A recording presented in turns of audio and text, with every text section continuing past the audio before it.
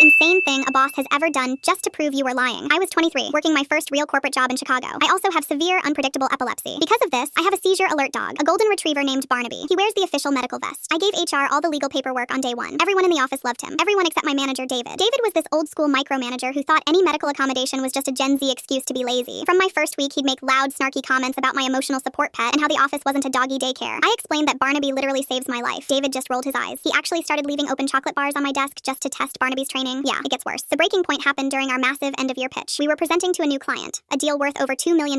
Right before we walked into the boardroom, David pulled me aside. He told me Barnaby was a distraction. Before I could even react, he snatched my dog's leash, dragged him down the hall, and locked him inside his glass-walled office. I panicked. I told him I legally could not be without my service dog. David just smirked. If you're really that sick, we'll find out. Prove you belong here. I was terrified, but I needed this job to pay for my medical bills, so I decided to just try and push through the meeting. 20 minutes into the pitch, I'm speaking, and suddenly, my vision blurs. The room gets insanely hot. Down the hall, Barnaby starts going absolutely insane. He is barking relentlessly, throwing his entire 70-pound body against the glass door of David's office. He knows what's coming, but that wasn't even the worst part. Instead of checking on me, David stands up, chuckles, and tells the clients, sorry about the mutt. She insists on bringing her pet to work. That is the last thing I heard before I hit the floor. Full grand mal seizure, right on the boardroom carpet. When I woke up in the ER hours later, my phone was blowing up. Turns out the clients we were pitching, they were executives for a massive medical supply company, and one of their VPs had a daughter with epilepsy. They didn't just walk out of the pitch, they called 911, demanded the CEO of our company come down to the boardroom immediately, and canceled the $2 million contract on the spot. David was escorted out of the building by security and fired before my IV was even taken out. I sued the company for gross negligence and got a massive settlement. And the best part? With that money, I started my own consulting firm. Barnaby is the employee of the month, every single month.